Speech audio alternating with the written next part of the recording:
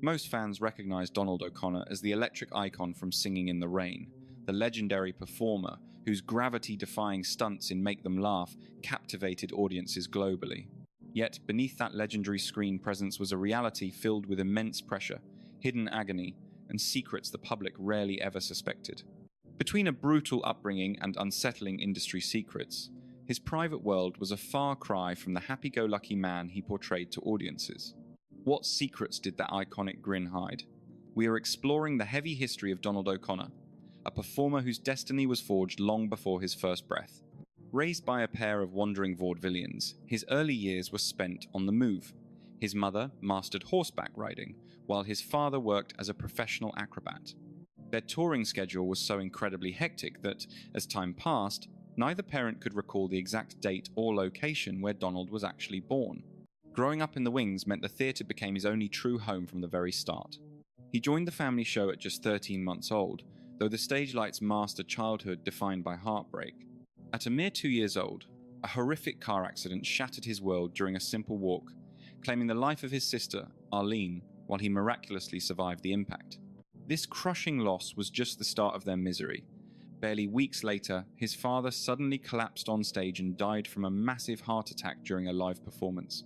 To make matters worse, 3 of his other siblings hadn't even survived infancy.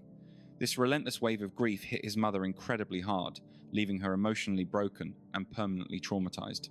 Terrified of losing her last child, she became intensely overprotective, refusing to even let the boy cross a street by himself until he reached the age of 13. She desperately tried to shield him from the risks of the stage, even though it paid their bills. Everything transformed in the 1940s when he relocated to Los Angeles. Universal Studios cast him in several budget-friendly musicals, alongside rising talents like Peggy Ryan and Gloria Jean. Viewers were immediately captivated by his infectious spirit and undeniable charm on screen. Behind that effortless image, however, lay a difficult truth. He was almost entirely self-taught through the rough variety circuit. Upon arriving in Hollywood, he realized he lacked the formal technical training of the elite dancers surrounding him. Hollywood bigwigs demanded immediate mastery, forcing him to revamp his entire movement style. Vaudeville relied on lower body motion, but the big screen demanded a much more rigid and polished technique. By 1944, as global conflict reached its peak, 18-year-old Donald O'Connor was called to duty. Even with a safe position entertaining the front lines, his upcoming path felt incredibly precarious. This looming departure triggered a frantic life choice for the rising star. Moments before reporting for service, O'Connor hastily wed Gwen Carter. Desperate to make things official before he headed overseas, they dashed across the border to Tijuana to tie the knot. It felt like a whirlwind romance back then, yet looking back, it proved to be a catastrophic mistake. These 2 hopeful performers soon expanded their family by welcoming a baby girl, Donna. A peaceful life together seemed possible for a second, but their circumstances were already shifting for the worse. His career was exploding right when the draft notice arrived, and Universal was terrified of losing their rising star.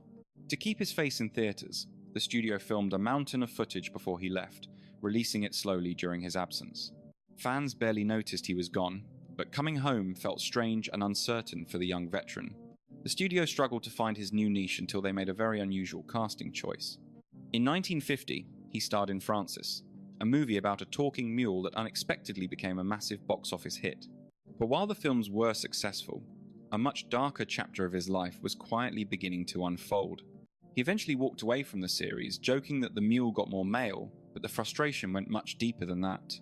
During production in 1953, he caught a rare animal-borne infection that left him dangerously ill.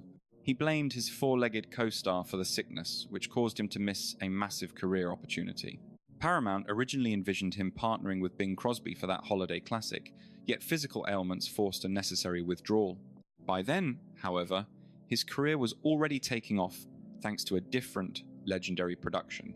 Following the initial Francis movie, icon Jean Kelly pitched a career-defining opportunity to portray the hilarious sidekick Cosmo within a project titled Singing in the Rain. He signed on, cementing the picture as a timeless cinematic masterpiece, despite the grueling and painful reality of the actual production process. He still struggled to memorize intricate steps, which made the endless rehearsal days physically and mentally draining.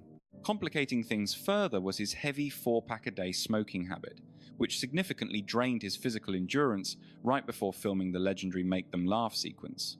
Gene Kelly pushed Donald to bring back those old-school vaudeville stunts from his youth, specifically that wild move where he'd sprint up a wall and stick a backflip. Kelly insisted on a double wall flip for the finale, a request he accepted despite knowing it would break him. They captured the whole routine in one grueling day, right on the cold concrete. Besides those flips, the guy was jumping all over the place, smashing into scenery and taking brutal slapstick tumbles while dancing his heart out. When the cameras finally stopped, he was a total wreck. Donald later mentioned that the physical toll was absolutely punishing. By the time they wrapped that savage session, his physical limits had been shattered. The sheer effort of the Make 'em Laugh number left him so drained that he stayed in bed for 3 straight days. Some stories suggest he actually spent close to a week recovering in a hospital ward. Once he managed to crawl back to the set, everyone there gave him a massive standing ovation to honor the legendary work he'd put in. However, that moment of glory was short-lived. As soon as the cheering died down, Donald had to gear up for more intense hours under Gene Kelly's notoriously perfectionist direction. With ice-cold composure, Kelly turned to him and asked if he could repeat the entire performance. Donald, assuming it was a gag, jokingly agreed on the spot. That's when the truth came out about a massive technical blunder. A camera setting mistake had completely butchered the footage during the first take. His grueling dance sequence ended up being a total wash. According to the performer himself, the film looked like it was buried under a thick layer of haze. To top it off, the tight production timeline left zero room for error. Kelly granted him a single day to rest before he had to nail the whole routine again. Another setback was looming over the production. The legendary Singing in the Rain sequence was originally supposed to feature the movie's 3 main leads together. However, Kelly swapped to a solo act at the very last second. This pivot created a cinematic masterpiece, but it effectively cut Donald out of the movie's biggest moment. Even as his fame skyrocketed, his home life was starting to crumble. The film's initial release wasn't exactly a blockbuster, yet it still cemented his legacy in show business. His domestic life was hitting the rocks simultaneously. By 1954, he was finalizing a divorce from Gwen Carter as his professional focus began to slip. While working on the later Francis projects, director Arthur Lubin caught wind of some troubling personality shifts. He started checking out emotionally, often zoning out alone in his trailer for hours on end. After wrapping the final Mule flick in 1955, he hit a breaking point. The actor realized the studio would keep him trapped in nice guy roles forever. Determined to shed that squeaky clean image, he walked away from his contract. Sadly, such a risky play quickly morphed into a total career catastrophe. Donald O'Connor likely viewed his Universal departure as a major breakthrough. Reality proved otherwise. Deprived of that corporate engine, his professional steam simply evaporated. Though he kept a steady stream of gigs in film and TV, he never reclaimed the glory of his prime. On a brighter note, things were looking up in his romantic life. After the dust settled from his first divorce, he managed to find a real connection. In 1956, he tied the knot with Gloria Noble. This time, the spark lasted a lifetime. They raised 3 kids together, but dark clouds still followed the family. Tragedy struck in 1959 when his brother Jack lost his battle with the bottle. Jack wasn't just a brother. He was a former stage partner, and his passing hit Donald like a ton of bricks. Little did he know, this was merely the start of a long, downward spiral. With his movie stardom fading, he attempted a complete career overhaul. He rolled the dice on a self-titled talk show in 1968, hoping to find a niche as a television host. The venture crashed and burned almost immediately. His outspoken nature on air rubbed network brass the wrong way, earning him a too political label. The show got the axe shortly after. By the dawn of the 70s, he was staring down some brutal realities. His body was aging, making those high-octane dance numbers nearly impossible. Plus, he was still drowning professionally after his split from Universal. Driven by a desperate need to maintain his high-energy persona, he turned to a risky chemical crutch. He began popping nitroglycerin pills just to survive his stage routines. For a brief moment, the medication seemed to provide the spark he needed. It allowed him to perform with that trademark fire even into his 40s. But that artificial energy came with a terrifying price tag. The continuous strain finally caused a heart attack in 1971.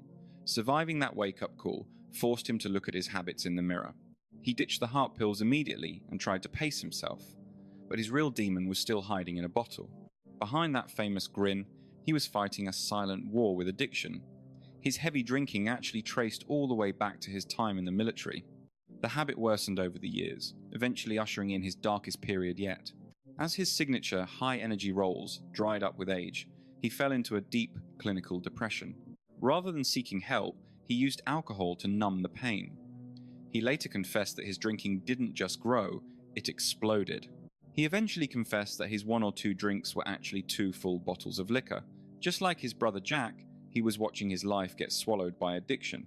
By 1978, his body finally filed its protest in a terrifying fashion. That year, his body finally hit its breaking point. After a sudden collapse, the actor faced a terrifying new reality. He was temporarily paralyzed from the waist down. This was his absolute rock bottom, a moment when his entire world seemed to shatter instantly. Yet, his recovery was legendary. O'Connor spent 3 months hospitalized, determined to fix his life. During his recovery, he tackled the grueling challenge of beating his addiction while fighting to walk again. Little by little, he clawed his way back to health. He beat the odds by learning to walk again and kicking his drinking habit for good. That survival story was the ultimate comeback. Even though life wouldn't get much easier, health issues continued to dog him in his later years. In 1990, while in his 60s, he faced a critical heart condition that required a quadruple bypass. Against all odds, the surgery worked, offering him a fresh start. Yet, the decade held more surprises. By 1994, fully recovered, he was enjoying peace with Gloria. Late one night, in the quiet pre-dawn hours, O'Connor was awake when an unsettling feeling suddenly gripped him. A massive earthquake rocked the house, sending everything into a violent tailspin. Scrambling for cover with Gloria, he realized this was no minor tremor. While California sees many quakes, this specific disaster nearly killed Donald O'Connor. The force was so intense it knocked the house off its foundation, leaving it dangling on a canyon's edge. For a split second, it looked like the whole place would plummet right off the ledge. Luckily, the building snagged on a massive tree before things took a turn for the worse. That close call rattled O'Connor to his core. He'd already survived a major heart operation and a terrifying earthquake, but the 1990s weren't done testing him yet. By 1999, the aging star caught a life-threatening case of pleural pneumonia, a brutal lung infection. It was a terrifying diagnosis to face, especially given his advanced age. Yet, O'Connor tapped into that legendary grit that had seen him through every previous hardship. He had spent his life fighting uphill battles and simply refused to quit. Against all odds, he made a full recovery. He stayed active in his golden years, making appearances and performing whenever he could. He used to joke that while his dancing days had slowed down, his legs still had plenty of life in them. Eventually, his long, grueling journey came to a close. In 2003, at 78 years old, Donald O'Connor passed away from heart failure while staying at a California medical center. He preceded his wife Gloria in death, but his final requests showed the modest spirit that fans truly loved. His will specified that his private collections be sold off to raise money for various charities. His passing closed the curtain on an incredible life, but his impact on the arts only grew stronger. To honor his massive contributions, he was inducted into the International Tap Dance Hall of Fame after his death. Naturally, the work fans cherish most are his intricate tap numbers. Some of those early routines are so technically perfect, they still leave modern audiences speechless. Tapping is difficult as it is, but in 1953, O'Connor took the craft to another level. In the movie I Love Melvin, he blew people away by performing a full routine while wearing roller skates. He turned what should have been a cheap stunt into pure magic, mixing high-speed turns with complex footwork. It served as a perfect testament to the man's raw, natural ability as an entertainer. By that point, however, he had already endured the most grueling professional challenge of his life while working on Singin' in the Rain. While that film is now celebrated as one of the greatest musicals ever made, the reality on set was anything but glamorous. Gene Kelly, the film's lead and co-director, was notorious for being a total drill sergeant. Kelly demanded absolute, flawless perfection from everyone involved in the production.